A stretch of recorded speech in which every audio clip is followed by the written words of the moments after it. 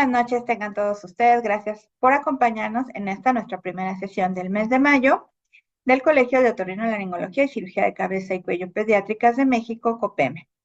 En esta noche estamos muy contentos porque tenemos una sesión sumamente interesante con un super coordinador y un super ponente.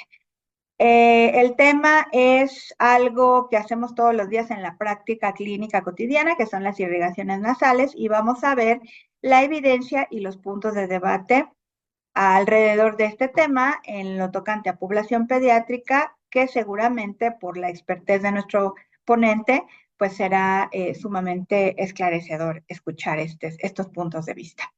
Para presentar a nuestro ponente, le voy a dar la palabra al doctor Mario Canales Medina, no sin antes agradecerle su presencia para coordinar esta sesión, siempre dispuesto a la academia y siempre actualizado, el doctor Mario Canales Medina. Él es médico egresado de la Facultad de Medicina de la UNAM, del programa de alta exigencia académica. Hizo la especialidad en otorrinolaringología y cirugía de cabeza y cuello en el Hospital Español. Hizo otorrinolaringología pediátrica en el Hospital Infantil de México y tiene varios visiting fellows en el extranjero, tanto en el departamento de voz, vía aerodigestiva y cirugía cervicofacial, los cuales son en la Universidad de Alabama en Birmingham, Nashville, Tennessee, en el Boy Center, la Universidad u Hospital Universitario de Montgomery en Lovaina, Bélgica, en Luxemburgo y en el Hospital Universitario de Sahlgrenska en Gotemburgo, Suecia. Entonces, como verán, pues tenemos un coordinador de lujo.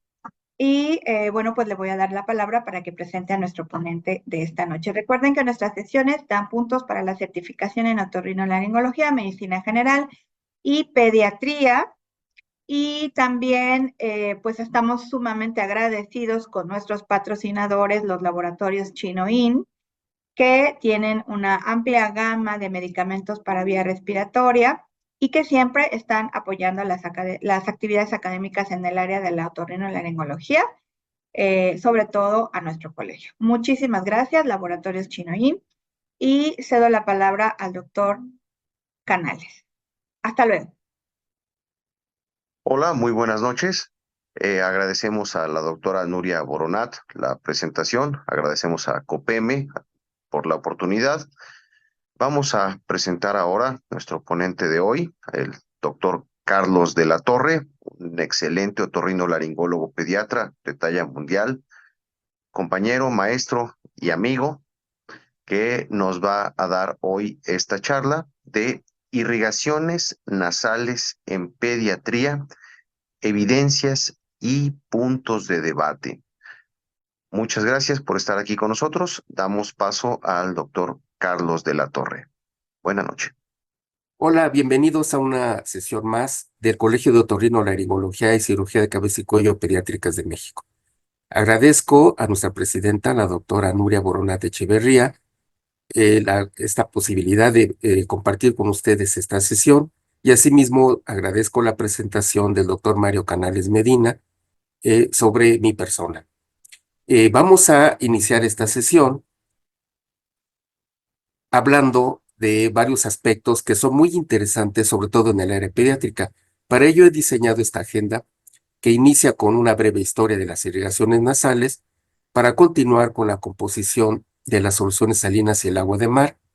Hablaremos de los tipos de soluciones, los dispositivos, la técnica de aplicación, y finalmente hablaremos de los beneficios, así como la fisiología del moco y transporte mucociliar, y la aplicabilidad que tienen estas irrigaciones salinas en padecimientos comunes como son la rinosinusitis aguda, la rinosinusitis crónica, la rinosinusitis crónica y fibrosis quística, en el posoperatorio, en la rinitis alérgica, y algo muy importante que es un capítulo sobre la aplicabilidad en poblaciones de niños pequeños como son los lactantes. Vamos a comenzar diciendo que las irrigaciones salinas, si bien es cierto que se utilizan comúnmente ya desde hace varios siglos, han tenido una historia que ha habido, está llena de muchas controversias. Y aquí, por ejemplo, tenemos esta frase que, si me permiten, la voy a describir. Es del cirujano Jonathan Wright, del siglo XIX, en donde nos decía que cuando un rinólogo está experimentado, pues el tema de las duchas nasales y los aerosoles tienen un mínimo interés, ya que este rinólogo, que tiene el expertise, la experiencia, ha establecido ya en su mente este valor relativo de estas medidas y las ha descartado del ámbito de las cosas que deben ser consideradas. Es decir, como ustedes pueden ver, ha habido durante la historia pues muchos puntos a favor, autores que están en contra, pero sin lugar a dudas han ganado las irrigaciones nasales un papel dentro del manejo de las patologías de las vías aéreas superiores. Sin embargo, por ejemplo, y la pediatría no es la excepción, ha habido muchos puntos de debate desde el momento de cómo realizar el lavado nasal, cuál es la eficacia relativa, en donde todavía no está muy bien definido algunos de los aspectos, como vamos a ver más adelante. También existe controversia sobre cuál es el mejor método de administración, y así como esos existen dudas, controversias, que finalmente vamos a tratar de dilucidar en esta sesión. Pero vayámonos un poco a la historia. La historia de las irrigaciones salinas ya data de hace varios siglos, y quizá la primera descripción de estas irrigaciones data del siglo XI en la India, con los maestros de la yoga, es decir, con todos aquellos personajes que llevaban a cabo meditación, higiene espiritual, y donde podemos ver claramente cómo se empezó a utilizar estas irrigaciones, pero no con un fin curativo o con un fin médico, sino como parte de mejorar las técnicas de respiración en el yoga. Para ello, pues se utilizaban precisamente estos recipientes que permitían que por gravedades pasaran a la nariz, y de esta manera se mejorara la respiración. Se utilizaban soluciones o agua a una temperatura corporal con una cantidad precisa de sal que permitía que se llevara a cabo este lavado. Entonces es así como se llevaba a cabo el neti, que significa purificación con agua, y ya más adelante en el Ayurveda se describe el primer dispositivo para irrigaciones salinas, que es el neti pot. Este neti pot era una vasija de cerámica, y en donde pues se utilizaba líquido, se le ponían algunos compuestos como podrían ser sal, por ejemplo, y en donde, repito, la gravedad permitía que no lastimara al sujeto, es decir, fluía en una forma muy pasible, de tal manera que pues no lastimaba la mucosa, no producía sangrados, y esto permitía pues que hubiera una mejor posibilidad de que respiraran los sujetos mejor, es decir, se utilizaba con estos fines espirituales. No es sino hasta el año de 2007 donde este famoso médico estadounidense, que es el doctor Nemeth Oz, en donde en un programa, en un show televisivo, que es de Oprah Winfrey, hace una descripción del neti pot, o de esta vasija neti, para fines ya propiamente médicos, para la patología o enfermedades sinógenas o sinonasales. Aquí pues él describió los beneficios que podría tener estas irrigaciones utilizando específicamente este dispositivo, y es así como se vuelve popular en la medicina occidental el uso del Netipod. Sin embargo, con el paso del tiempo se pudo demostrar que el Netipod no tenía un beneficio adicional sobre otro tipo de dispositivos para irrigación. Y volviendo un poco a la historia, vemos, por ejemplo, que el doctor Emil Zuckerkandl, autor de obras, sobre todo referentes a la nariz y los senos paranasales, fue un anatomista muy prestigiado, muy destacado, en donde hace una descripción muy precisa sobre la anatomía de la nariz y de los senos paranasales, y a partir de sus descubrimientos es como se consigue que pudiera tener un potencial el uso de las irrigaciones nasales para llegar a estas cavidades que eran de difícil acceso a los tratamientos como pueden ser este tipo de irrigaciones. Sin embargo, quizá el primer artículo que abre sobre estas técnicas o estos procedimientos esté descrito por este autor, que es el doctor Johann Tudicum del siglo también XIX, en donde habla sobre un nuevo método de tratar las enfermedades de la cavidad nasal. Él utiliza ya esta técnica y estas irrigaciones nasales agregando compuestos como son el sulfato de cobre, como es el nitrato de plata, para el manejo ya de patología sinonasal. De tal forma que a través de la historia vamos a ver descritos múltiples dispositivos, así como formas de irrigación y soluciones para llevar a cabo esta limpieza sinonasal ya con fines médicos, y vemos claramente cómo se empiezan a modificar estos dispositivos, vemos las técnicas que se empleaban con la cabeza hacia abajo, la cabeza hacia arriba, es decir, cada vez había más y más interés por utilizar este tipo de dispositivos y lograr una mejor higiene nasal, hasta nuestros días en donde ustedes pueden ver una multitud de dispositivos, de técnicas, de indicaciones y todo eso pues con el objeto de coadyuvar a las medidas o a los tratamientos convencionales para patología que ya mencionábamos, que es muy frecuente en nuestro quehacer otorrinolaringológico. De tal forma, pues que esto todavía sigue en proceso y sin lugar a dudas, el lavado nasal desempeña un papel importante en el tratamiento de las afecciones nasales. Aunque existan dudas o controversias, es algo que se utiliza actualmente con mucha frecuencia. Ahora bien, hemos señalado que ha cambiado a través de la historia el manejo de cierto tipo de soluciones. Y desde hace algunos años se ha empleado con mucho más frecuencia el uso de las soluciones a base de agua de mar, más que de solución salina. El agua de mar no tiene únicamente agua. Si podemos ver en esta gráfica, apreciamos que el 97% del agua de mar es agua y un 3% a 4% aproximadamente está compuesto por unos solutos. Y estas sales disueltas son principalmente aniones y cationes. Los principales aniones y cationes los podríamos englobar en cloruro de sodio. Es decir, la mayor cantidad que nosotros podemos ver de esos solutos están representados por el cloruro de sodio. Y de ahí tenemos que el cloro es el anión y el soluto más frecuentemente encontrado. Vemos que tiene casi 56% y el sodio un 30%. Y de ahí, pues le siguen el sulfato, el magnesio, el calcio, el potasio y otras sales. Esto hace diferente a la solución de agua de mar junto con otro tipo de soluciones como pueden ser tisanas o podrían ser, por ejemplo, la solución fisiológica o incluso el agua pura del grifo, de la llave. Y esto es algo que es importante que lo conozcamos y que lo transmitamos a nuestros pacientes, porque a veces se utilizan en forma indiscriminada o se dan por equivalentes utilizar una solución, utilizar la otra.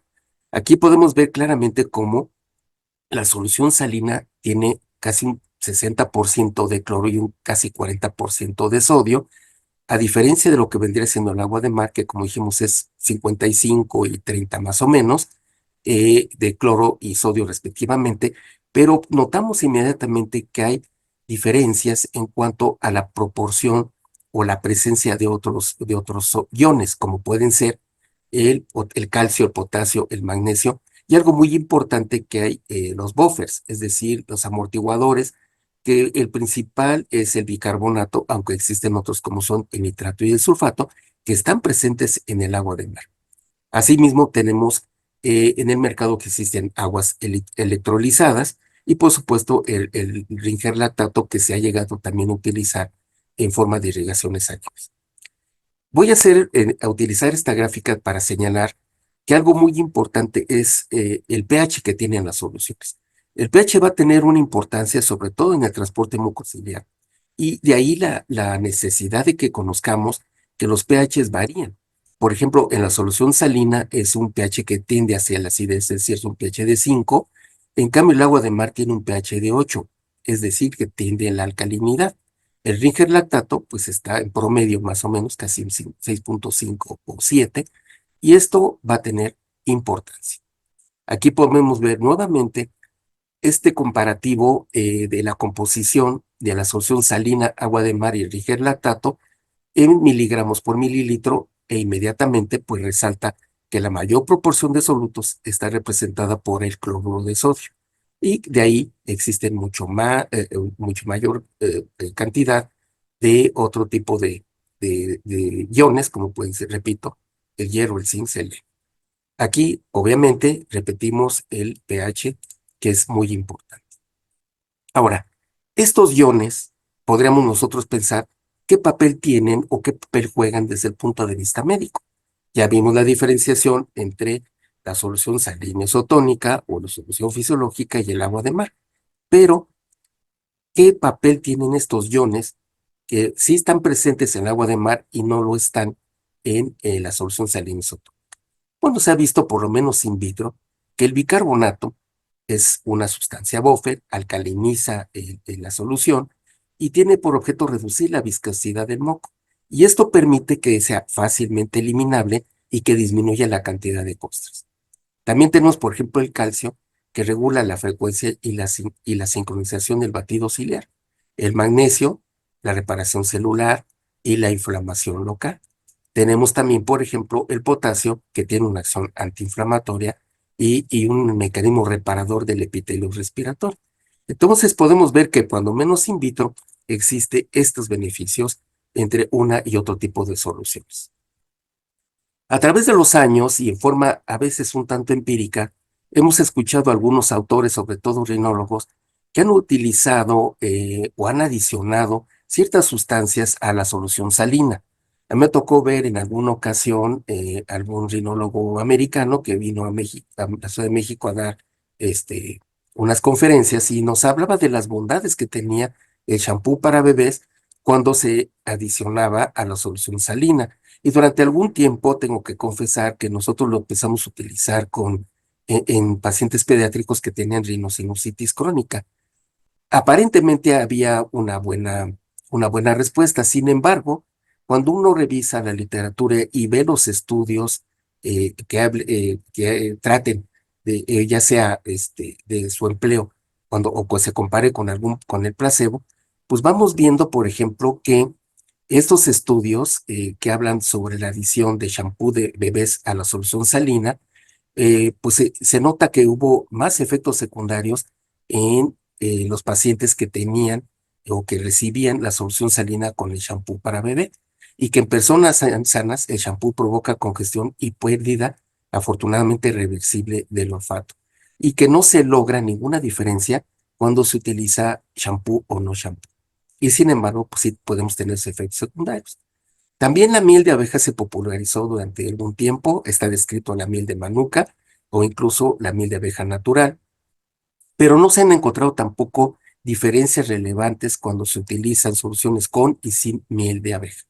La desventaja es que estos estudios que hablan con miel de manuka o bien miel de abeja, pues reciben los pacientes, además de las irrigaciones salinas, otro tipo de medicamentos como pueden ser los esteroides intranasales o antibióticos, y eso pues ya nos da un sesgo para los resultados. Otro tipo de agregados son, por ejemplo, el giloglutano. El giloglucano tiene una estructura similar a la mucina y tiene un efecto como si fuera un barniz o una capa que impide la adherencia de las bacterias y además favorece que se estrechen las células del epitelio y de esta manera pues constituya un mecanismo mecánico de protección o de barrera. Si bien es cierto que hay una evidencia limitada del aerosol nasal de giloglucano, pues sí pudiera tener un efecto positivo en signos, síntomas de enfermedad de la rinosinusitis crónica.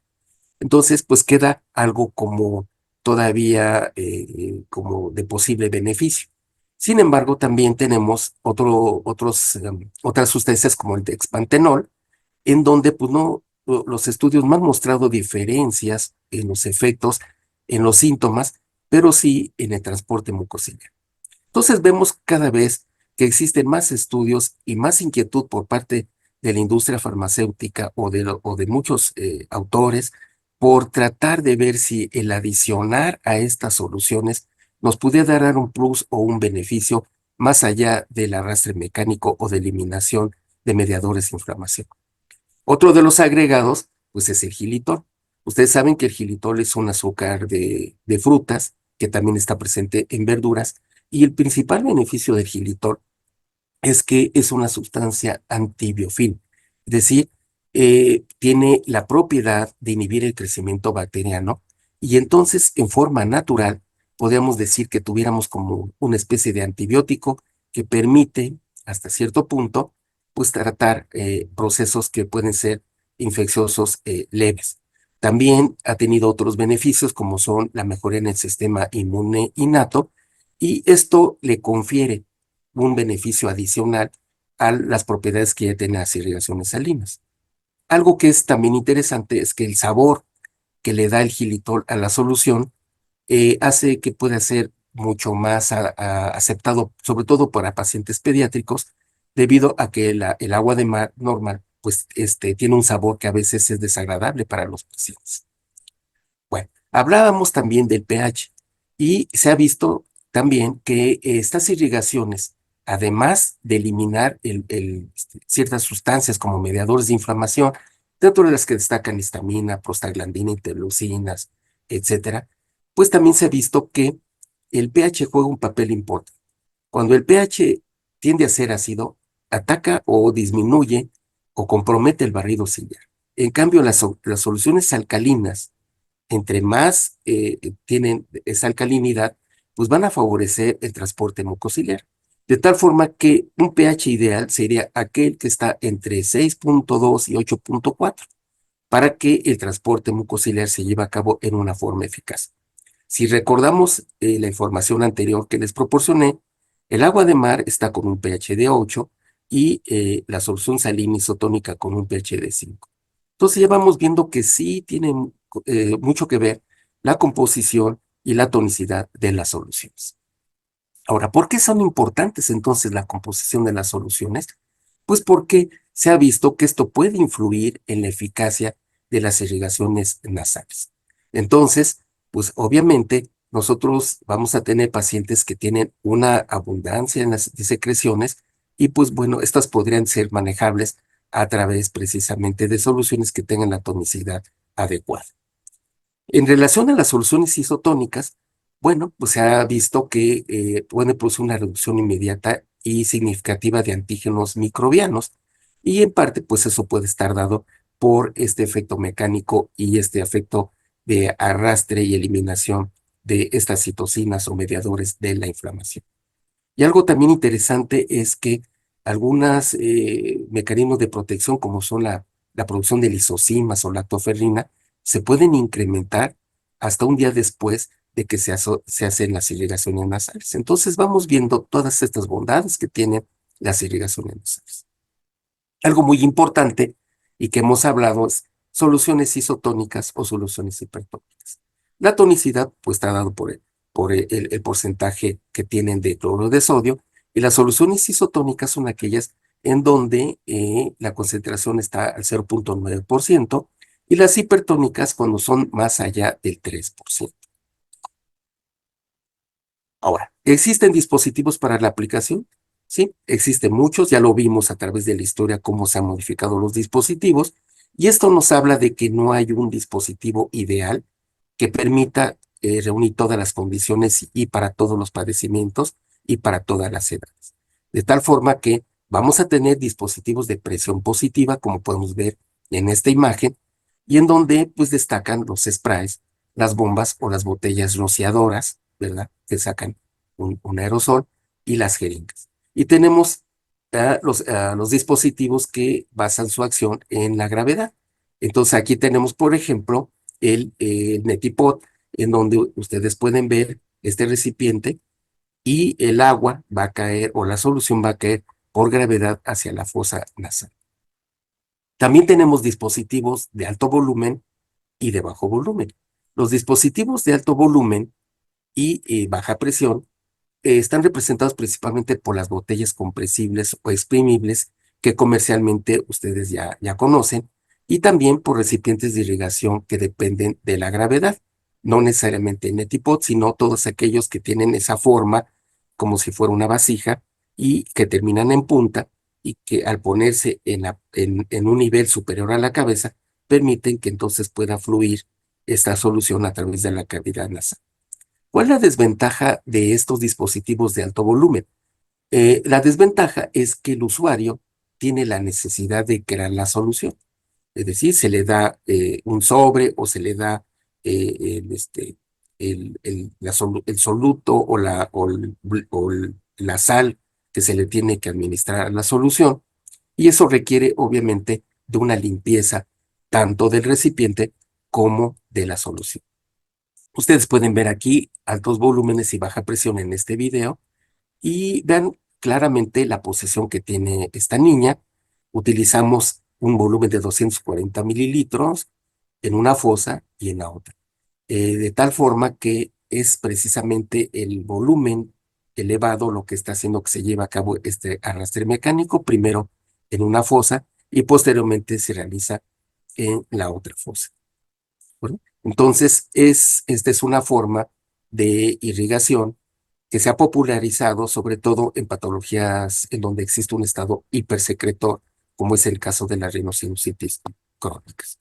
Entonces, está alto volumen y alta presión. Ahora, la desventaja de los dispositivos de alto volumen es que si no se hacen en una forma adecuada, pueden entonces dar muchos efectos secundarios. Y no es raro que nuestros pacientes se quejen de malestar o incluso de ardor o sensación de oído tapado. A mí me ha tocado ver pacientes que después de las irrigaciones con altos volúmenes dicen que la solución se les fue a los oídos y que tienen el oído tapado. Entonces, esto habla muy probablemente de haber utilizado un volumen excesivo o bien de haber utilizado una mala técnica. A pesar de todas estas desventajas, pues tienen bajo costo este tipo de dispositivos, son fácilmente disponibles, por lo general se toleran bien, y esto permitió que se hayan convertido en un estándar de oro en padecimientos como son la rinosinusitis crónica. En términos generales, vamos a decir que cuando se habla de bajo volumen y de muy bajo volumen, es que estamos hablando de cantidades entre 5 y 60 mililitros por fosa nasal por aplicación y menos de 5 mililitros por fosa nasal de aplicación respectivamente. Y cuando hablamos de volúmenes altos, estamos hablando de más de 60 mililitros por cada fosa nasal por aplicación. Entonces, así tenemos menos de 5, 5 y 60 y más de 60 para muy bajo volumen y alto volumen. Ahora, la botella comprimible permite hacer irrigaciones con alto volumen y, por supuesto, con baja presión. Entonces, cuando se hace un comparativo entre alto volumen y bajo volumen, entonces se ha podido observar que la solución salina con botella comprimible, que aproximadamente ocupa 240 mililitros, es mejor que una jeringa para reducir los síntomas, sobre todo, repito, en padecimientos hipersecretores como la rinosinusitis crónica. Ahora, ustedes van a ver en el mercado y que en muchos artículos les hablan de solución hipertónica o solución isotónica. Ya vimos las diferencias en cuanto a la composición, pero vamos a la parte clínica, es decir, más allá de la composición, ¿cómo me impacta la diferencia entre una y otra solución? Bueno, pues aquí tenemos, por ejemplo, que en adultos con rinitis alérgica se dispone de 5 ensayos controlados y aleatorizados en donde comparan la solución salina hipertónica al 1.8%, ¿verdad? Contra la solución salina isotónica. Y aquí se pudo observar que la mejoría fue más notoria en los pacientes que se fueron tratados con solución hipertónica, y esto duró de entre 1 y 8 semanas. Y también hay estudios de metaanálisis que abarcaron tanto niños como adultos, en donde se ve mayor beneficio con la solución salina hipertónica. Y sin embargo, cuando se utilizan soluciones salinas isotónicas, el tránsito de la sacarina se acorta, lo que no sucede con la solución salina hipertónica. Y en estudios que se han hecho, por ejemplo, si bien es cierto, una cantidad de pacientes muy pequeña, en un porcentaje no mayor de 5 al 10%, se refiere a malestar general. y por lo común lo que se refiere es una sensación de ardor o irritación o de picor en la nariz cuando se utilizan esas soluciones salinas hipertónicas, sobre todo cuando son de 3% o más de 3% de tonicidad. Entonces, como podemos ver, las soluciones hipertónicas tienen a través de la literatura un mayor beneficio que las soluciones isotónicas, debido a que pues actúan directamente sobre el edema de la mucosa y eso se traduce pues una menor inflamación, y si lo combinamos con otras medidas como esteroides nasales o antihistamínicos, pues eso va a potencializar el efecto de estos medicamentos. Entonces, pues hasta cierto punto nos ayuda a la congestión. Sin embargo, tenemos que sopesar que algunos pacientes no van a tolerar estas soluciones hipertónicas. Y a mayor tonicidad, pues mayor va a ser estos efectos secundarios. Algo que también nos preguntan a veces los papás de los niños es, ¿qué temperatura le voy a dar cuando yo voy a preparar una solución para irrigación? Bueno, se aconseja que la temperatura sea la del ambiente, 20 grados centígrados. Sin embargo, pues en la Ciudad de México actualmente vivimos temperaturas de 36 grados y pues podríamos decir que ambiente, pues considerando 20 grados centígrados. Aunque también está descrito en algunos estudios controlados y aleatorizados y estudios in vitro, preparación de soluciones salinas calentadas hasta 40 grados centígrados y pudiera ser una opción aceptable. Sin embargo, debemos de tener cuidado de no usarlas inmediatamente, ni tampoco una solución refrigerada. Es, es, eh, es, es posible que tengamos pacientes que nos hablen de que pues, usaron una solución más caliente de lo habitual, o incluso tomaron la solución del refrigerador pensando que ahí se esterilizaba el líquido y le dan el agua casi helada al niño en las fosas nasales. Y eso pues no debe de ser. Ahora ya tenemos toda esta información. ¿Cómo vamos a aplicar las soluciones salinas? Bueno, cuando nosotros estamos hablando, por ejemplo, de técnicas de bajo volumen, como puede ser los aerosoles o las gotas, se recomienda la posición de la nariz al techo. Es decir, aquí podemos ver cómo la cabeza del sujeto está dirigida hacia el cielo, podemos decir, o hacia el techo. Pero si nosotros estamos utilizando altos volúmenes y baja presión con estas botellas compresibles o como el Neti-Pot, en donde el nivel está más alto de la cabeza, entonces tenemos que utilizar la cabeza hacia abajo y hacia adelante para que por gravedad puedan escurrir o pueda llevarse a cabo este lavado de una manera mucho más efectiva.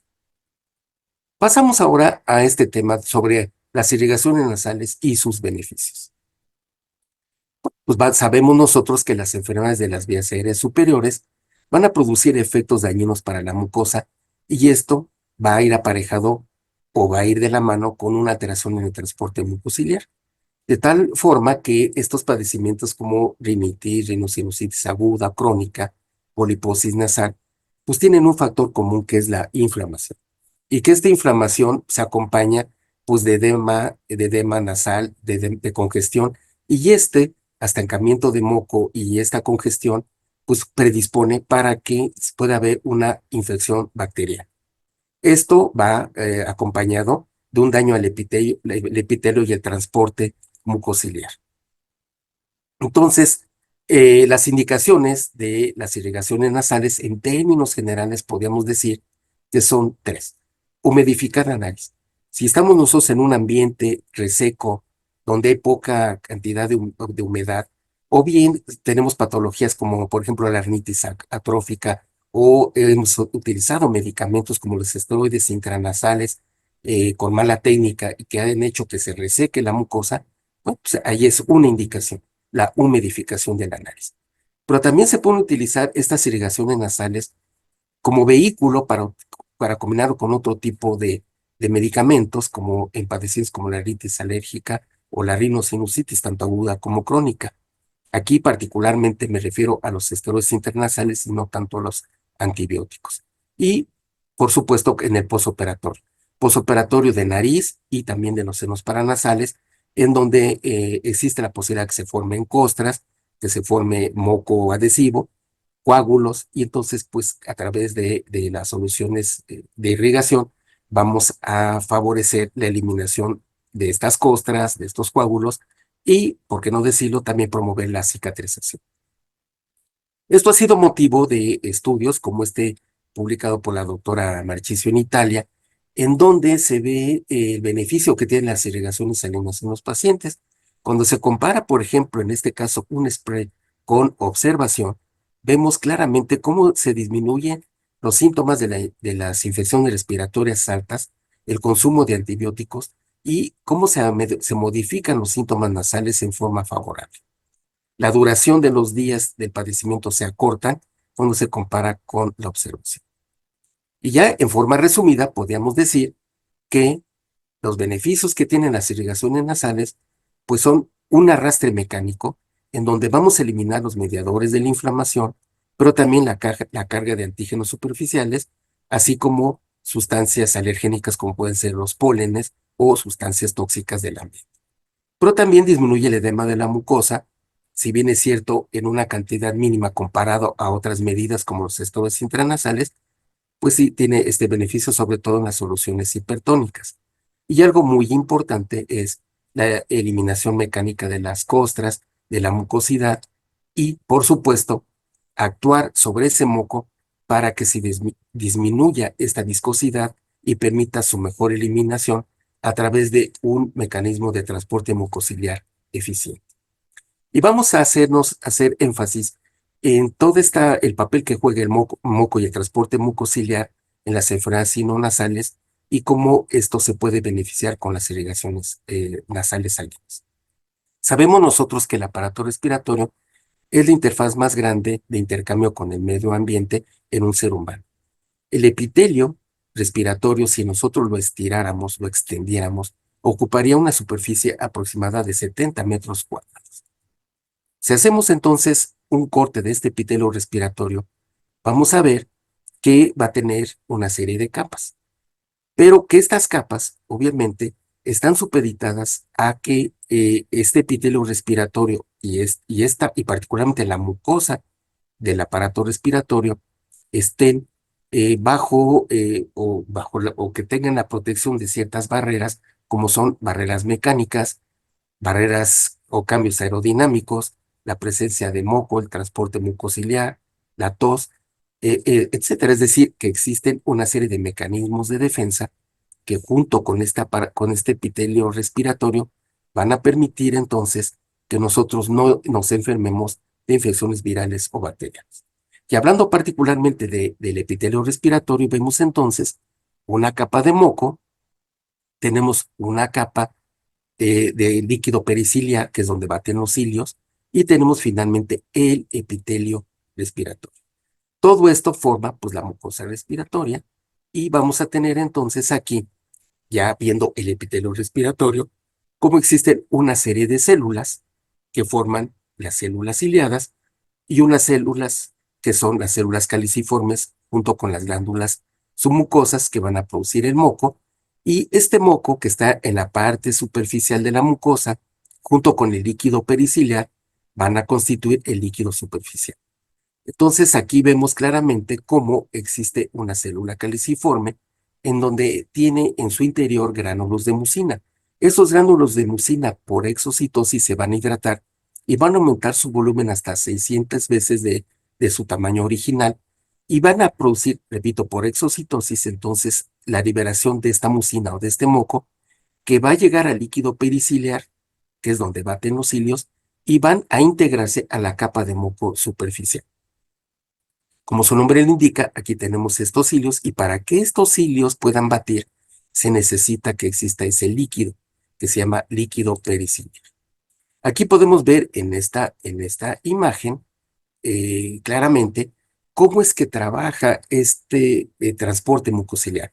Vemos el aparato respiratorio y vemos el ingreso de partículas extrañas, que pueden ser pólenes, pueden ser toxinas, pueden ser contaminantes, pueden ser bacterias, virus, hongos, y es ahí donde se echa a andar nuestra primera línea de defensa, en donde está constituida, por supuesto, por este epitelio respiratorio con sus cilios que ustedes pueden ver tiene este proceso de batido para que el moco que tenemos aquí encima de este epitelio, entonces barra con estas sustancias extrañas. Entonces aquí en esta micrografía podemos ver claramente estas partículas, cómo son propulsadas para que junto con el moco y el batido ciliar puedan ser eliminadas. Este es un mecanismo de defensa, entonces, que permite que nosotros tengamos esta primera línea de defensa. Y aquí vemos claramente, por ejemplo, en padecimientos crónicos como la rinosinusitis crónica, cómo se afecta esta mucosa de tipo respiratorio. Aquí vemos una micrografía electrónica o micrografía electrónica de barrido con los cilios normales. Vean, es como una alfombra con sus cilios. Y aquí vemos en la rinosinusitis crónica el grado de destrucción que se manifiesta aquí por la presencia de cilios deshilachados. Vemos aquí claramente células no ciliadas, algunos tapones de moco que podemos ver acá. Y entonces, pues todo esto produce un estado hipersecretor y esto permite que se obstruyan las vías respiratorias, dentro de las cuales están, por supuesto, los senos paranasales, también las vías respiratorias bajas, y esto va a limitar el flujo de aire y hacer esto que se constituya en una patología que puede ser crónica. De tal forma que pues aquí vamos a ver situaciones en donde pues nos llegan al consultorio pacientes con estados hipersecretores, precisamente por alteración en todos estos mecanismos de defensa. Y entonces pues uno trata de ver cuál es la mejor manera de poder eliminar ese moco, y para ello pues necesitamos entonces ubicar en qué condición patológica está nuestro paciente y cuáles son las mejores opciones terapéuticas. Dentro de estas opciones terapéuticas coadyuvantes están las irrigaciones salinas, y en el caso de la rinosinusitis aguda en niños, podemos decir que la información es limitada. Únicamente tenemos 5 ensayos controlados y aleatorizados y un metaanálisis, y que generalmente la información que se tiene en esta condición es extrapolada de los adultos, en donde sí existe mayor cantidad de datos clínicos.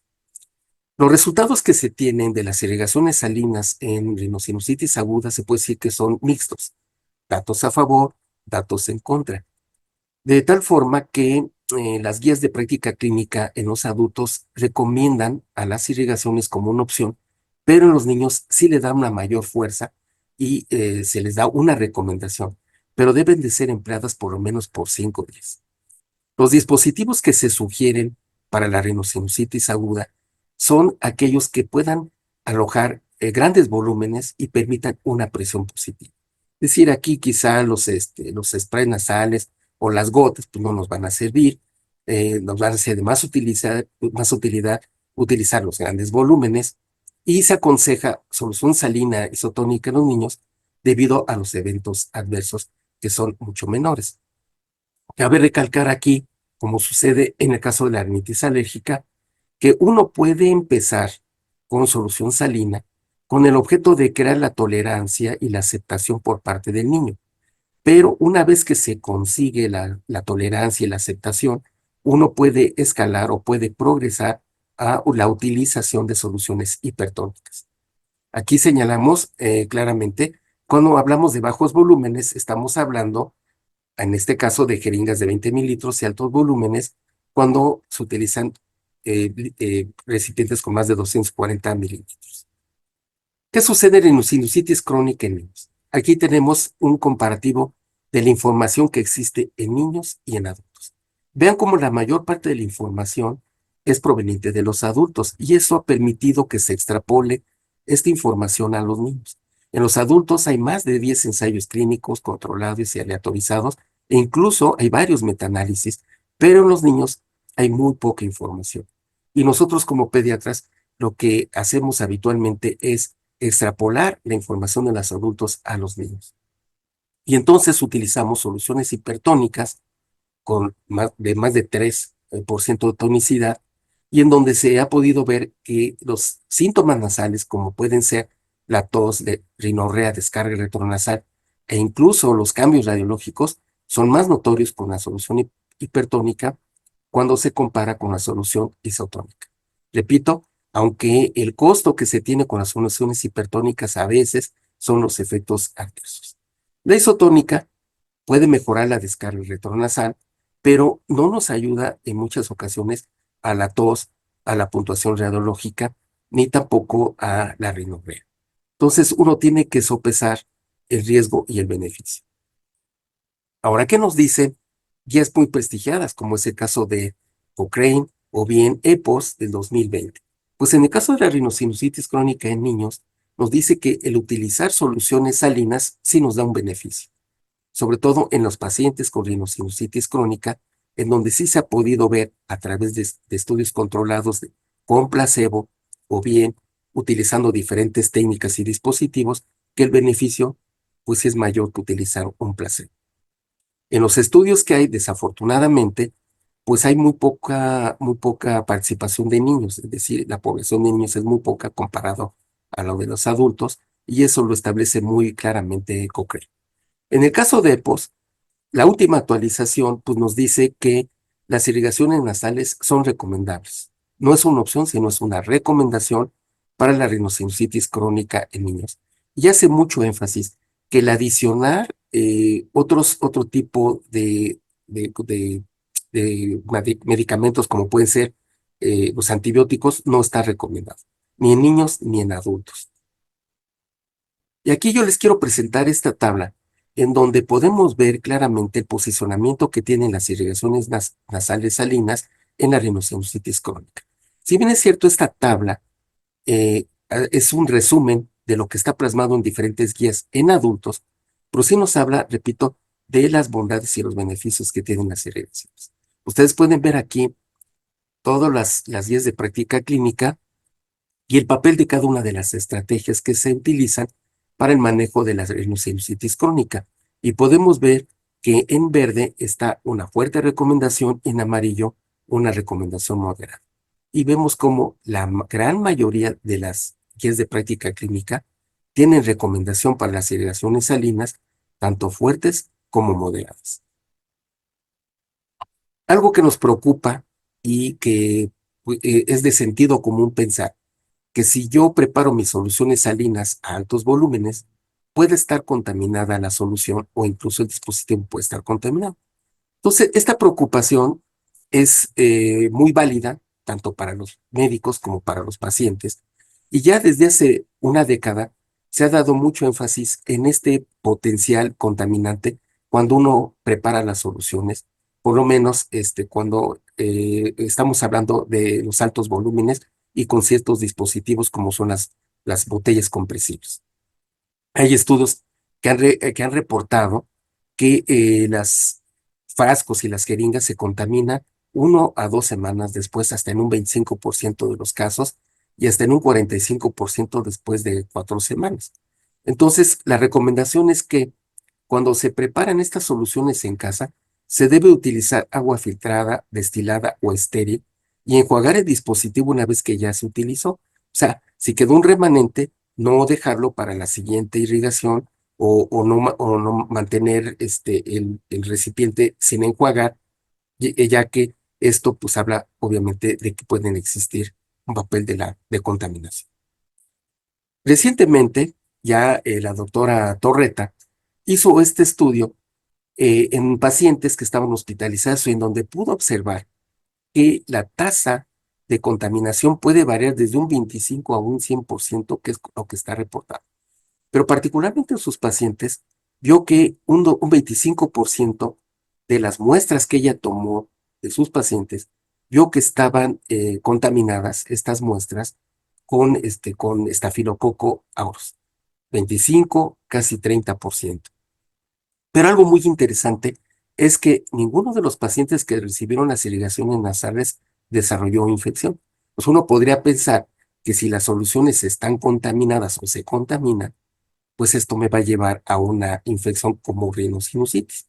Sin embargo, en otros estudios se pudo demostrar que es más bien la presencia de bacterias en las secreciones nasales o en los senos paranasales las que contaminan el agua. Si bien es cierto, es que existe ese potencial de contaminación en las soluciones que nosotros preparamos para lavados, pues no quiere decir que vamos a echar en saco roto las recomendaciones de promover una buena medida higiénica en el caso de la preparación de las soluciones o de los dispositivos. Ahora, pasamos al tema de rhinosinusitis crónica con fibrosis quística. Hay una información muy recomendable, tanto en adultos como en niños, en donde existe un beneficio con la utilización de estas irrigaciones salinas. Aquí yo les estoy plasmando algunas de las recomendaciones que establece este consenso de un panel de expertos en fibrosis quística, que es a través precisamente de esta Fundación de Fibrosis Quística, y en donde nos habla que, si bien es cierto, no se ha podido demostrar cuál es el mejor método de administración o qué concentración se debe de utilizar y con qué frecuencia estas irrigaciones salinas, pues sí se recomienda, sobre todo con grandes volúmenes, 240 mililitros y a baja presión. Aquí sí, no podemos utilizar sprays, cantidades pequeñas, tenemos que usar grandes volúmenes y, por supuesto, tener en cuenta que requieren limpieza y mantenimiento. Este es algo que debemos decir siempre que nosotros utilicemos grandes volúmenes y alta presión. No se debe de utilizar, y eso nos los hace hincapié este panel de expertos, agua directa de la llave o el grifo. Por muy clorada que esté, no se debe de utilizar nunca agua directa. Debe de hervirse o debe destilarse preferentemente para reducir la posibilidad de contaminación bacteriana. En la rinitis alérgica es donde las irrigaciones nasales tienen actualmente una de sus principales aplicaciones. Todas las evidencias, ensayos clínicos controlados, metaanálisis, hablan de los beneficios cuando se comparan con controles o cuando se compara con no hacer irrigación o con placebo, y en donde se ve claramente el beneficio en cuanto a la puntuación de los síntomas y en cuanto al consumo de esteroides intranasales y antihistamínicos intranasales. Aquí podemos ver en esta guía de práctica clínica reciente, en donde nos habla del manejo escalonado farmacológico de la rinitis alérgica persistente en adolescentes. Y ustedes pueden ver aquí claramente cómo se pone a la irrigación salina nasal como un coadyuvante a estas terapias iniciales de elección, como son los esteroides intranasales, los esteroides intranasales con antihistamínico intranasal, etcétera, en donde se pone, donde se sugiere como una buena recomendación adicionar las irrigaciones salinas para el manejo de estos pacientes. Ahora, ¿cuáles son los mejores dispositivos para irrigar a la nariz de un niño con rinitis alérgica? Desafortunadamente, en niños no tenemos estudios que comparen estos dispositivos. Entonces, los beneficios se han podido observar tanto con los sprays nasales como con los atomizadores o las jeringas de grandes volúmenes. Entonces, cuando uno hace una revisión de la literatura y uno ve los consensos, pues nos damos cuenta que aquí sí utilizar, por ejemplo, sprays nasales o bien jeringas o atomizadores, pues puede ser de una utilidad similar.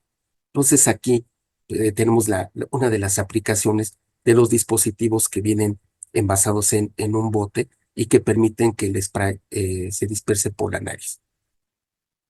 Cuando se utilizan grandes volúmenes, es decir, más de 60 mililitros, entonces pueden existir todos esos efectos secundarios que ya habíamos mencionado anteriormente. Pero si regresamos al concepto anterior, difícilmente llegamos a requerir grandes volúmenes en la rinitis alérgica. ¿Qué tipos de soluciones son las que se recomiendan? Existe más información en población adulta. Desafortunadamente en niños no tenemos tanta información y pues contamos únicamente con un metaanálisis que incluye 3 ensayos clínicos controlados y aleatorizados que favorecen la solución hipertónica cuando se compara con la isotónica. Datos muy similares a los que ya habíamos mencionado para la rinosinusitis aguda, para la rinitis alérgica o para la rinosinusitis crónica.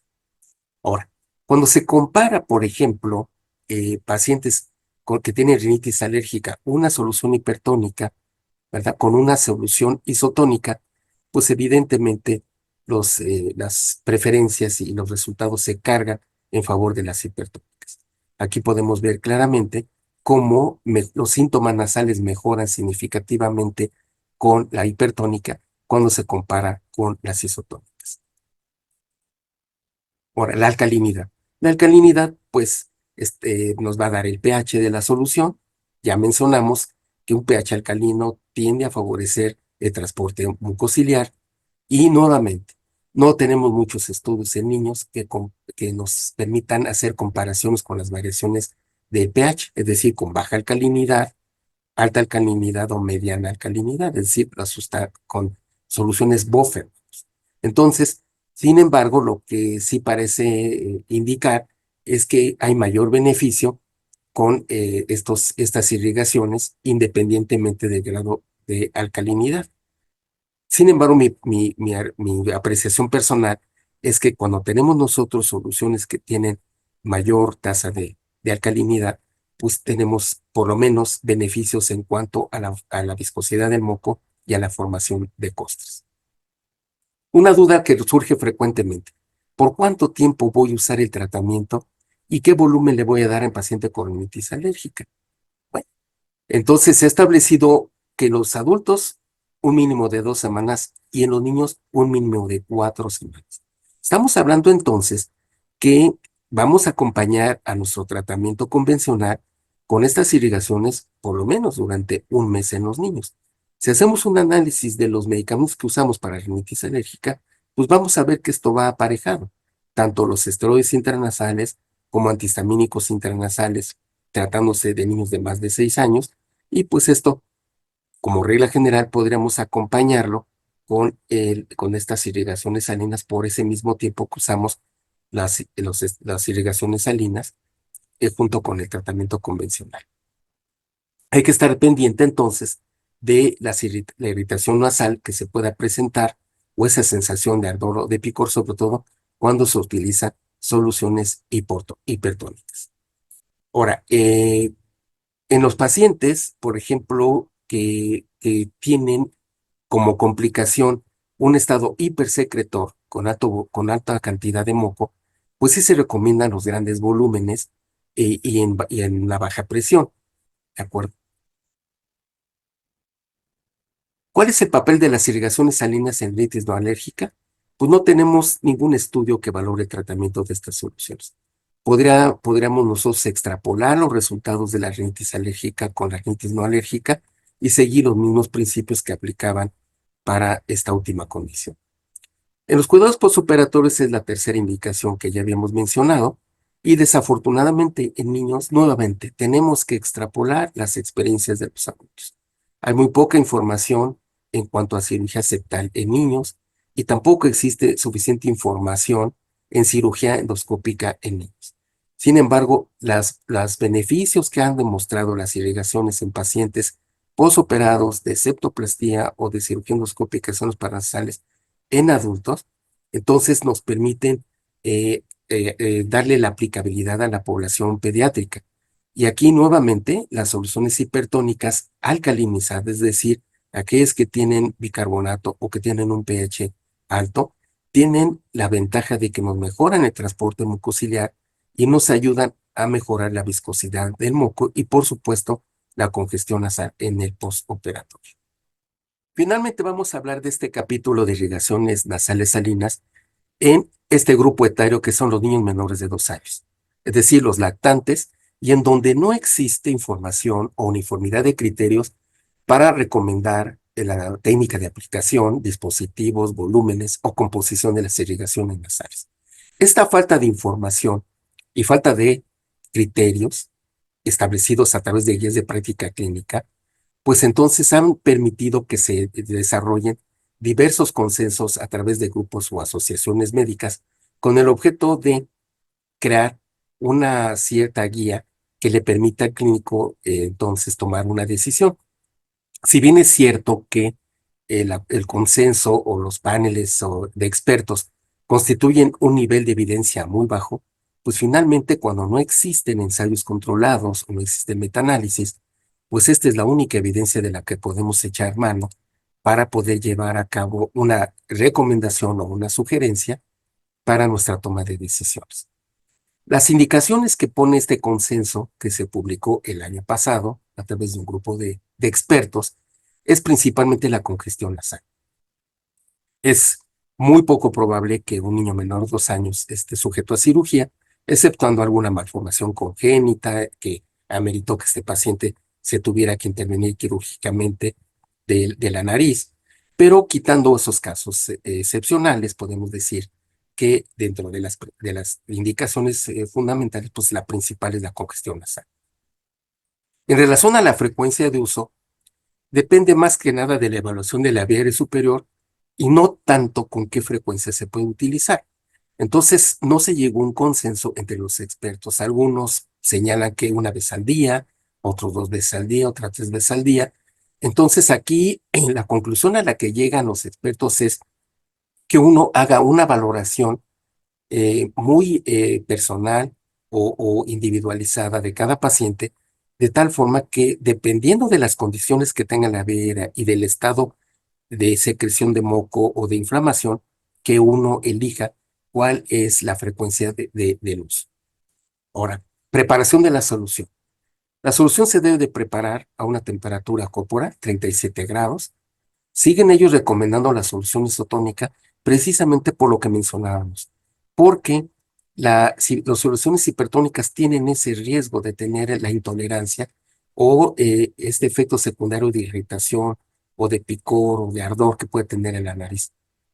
No obstante, ellos hacen hincapié en que una vez que utiliza la solución isotónica por varios días y se logra el acostumbramiento o se logra que el paciente se adapte a las irrigaciones, uno puede progresar o migrar a la solución hipertónica. Si la solución hipertónica no la tolera nuestro bebé, nos podemos regresar a la solución isotónica. Pero si la tolera, ya nos quedamos con la solución hipertónica. Esterilizar o no esterilizar. Las mamás nos dicen, pues que así como ellas esterilizan los biberones, o anteriormente así lo hacían, los biberones con la leche, pues bueno, entonces probablemente los papás nos pregunten si hay que esterilizar estos recipientes para que de esta manera se asegure la limpieza de la irrigación. Entre los expertos no hubo un consenso, hay unos que no consideraron necesario la esterilización, otros dicen que sí, y esto más bien queda a criterio del clínico. Las formas de irrigación. La botella, que es compresible y recargable, pues es eficaz. Sin embargo, debemos de considerar que estamos nosotros en niños desde un día de nacido hasta los 2 años. Entonces, una botella compresible con alto volumen no sería la mejor opción para un paciente de esta edad. Los aspiradores nasales sí pueden utilizarse, pero como técnica complementaria. El spray nasal, ellos mencionan que es ineficaz. Sin embargo, recordemos que pues este es un panel de expertos y no existe ningún estudio que pudiera contraindicar el spray nasal. Dispositivos en pacientes pediátricos. Aquí tenemos, por ejemplo, 2 estudios clínicos aleatorizados donde se compara los efectos con solución salina en diferentes dispositivos. Y aquí vemos la comparación de una jeringa de 20 mililitros con una botella compresible o comprimible, y en donde pues, se puede observar que la botella es más eficaz en la obstrucción nasal y en la rinorrea cuando se compara con la jeringa. Y cuando se compara el spray nasal contra un flujo de chorro, como puede ser algo parecido al Netipod, pues no se encontró beneficios ni eventos adversos entre los 2 dispositivos, lo que quiere decir que yo podría utilizar este spray nasal, ¿verdad? Porque me da el mismo beneficio que utilizar este dispositivo tipo Netipod. Ahora, ¿cuál volumen de solución yo voy a utilizar? Pues de 0 a 6 meses, entre 5 y 20 mililitros por cada fosa nasal. Entonces aquí, si yo no voy a utilizar entonces estos grandes volúmenes de 200 mililitros o de 100 mililitros. Si estoy en un lactante de 6 meses, pues voy a usar 20 mililitros. Si es de 6 meses a los 2 años, voy a usar máximo 20 mililitros por fosa nasal. Entonces, como regla general, en los lactantes, no podemos no sobrepasar los 20 mililitros por fosa nasal. Entonces, así por regla general. Sin embargo, en ciertas condiciones, sí podríamos exceder el volumen de los 20 mililitros, siempre y cuando pues tengamos ese estado hipersecretorio y que necesitemos mucho mayor volumen para eliminar estas secreciones. Algo que es muy importante, y eso sí fue consenso universal, es que menos de 5 mililitros es inadecuado. El poner gotitas o un gotero, por ejemplo, de solución o algunas gotas, como algunas de las mamás nos refieren, pues eso no tiene ningún beneficio. Entonces tenemos que ubicarnos en estas cantidades. Esta tabla me pareció interesante porque nos habla, por ejemplo, del volumen que se requiere para irrigar en una forma efectiva la cavidad nasal de un niño, y vemos que debe de ser por lo menos 3 veces el volumen de esta cavidad. Entonces, si aquí vemos un recién nacido que tiene un volumen de 2 mililitros, entonces yo tengo que dar por lo menos 6 mililitros en cada fosa nasal. Si es de un niño de 2 años, 4 mililitros, tengo que dar por lo menos 12. Si es de 4 años, por lo menos 12 también. Es decir, si un niño mayor, por lo menos 15 mililitros. Estamos hablando de por lo menos. Es decir, si nos atenemos a la diapositiva anterior, pues estaremos hablando de aproximadamente y en promedio de 20 mililitros como una cantidad máxima por fosa nasal. La técnica de aplicación. Se han descrito muchas técnicas. Algunos colegas no advierten a los papás cómo deben de aplicarse, y entonces es común que los papás se la den acostada al niño o se lo den sentado al niño. Respecto a la posición de sentado, los expertos tuvieron discrepancia como una posición ideal para llevar a cabo una buena irrigación. Lo que sí ellos proponen es que se debe de administrar poniendo al bebé en esta posición de lado, y una vez que se instila la solución, entonces el procedimiento se repite sistemáticamente colocando al niño del otro lado. Es decir, por ejemplo, en este caso vemos se irriga la fosa izquierda y la fosa nasal derecha está al lado de la cama, vamos, sobre el nivel de la cama. Posteriormente cambiamos la posición del bebé, irrigamos la fosa derecha y la fosa izquierda queda por debajo, de tal forma que las dos fosas nasales se puedan irrigar y en una forma muy segura. ¿Cómo valoramos la eficacia de las irrigaciones salinas en este grupo etario? Pues no tenemos pruebas objetivas que permitan valorar la eficacia, pero sí hubo coincidencia en algunos métodos de evaluación por parte de los expertos. Es decir, el chorro regular de líquido que salga por la nariz. Es decir, sale mucho o sale poca. La capacidad del bebé para respirar con su boca cerrada. Es decir, si tenemos un bebé que tiene su boquita cerrada mientras se alimenta, pues eso nos habla que la congestión nasal está cediendo o ya mejoró, y esto pues es una medida indirecta de que está siendo eficaz nuestras medidas terapéuticas, dentro de las cuales pudiera estar incluida las irrigaciones salinas. Esto obviamente, al mejorar la respiración nasal, se traduce por una mejoría en la calidad del sueño y por supuesto en la alimentación. El ruido. Entonces, también coinciden en que si el niño hace mucho ruido para dormir o para respirar, pues eso nos habla de congestión y de secreción.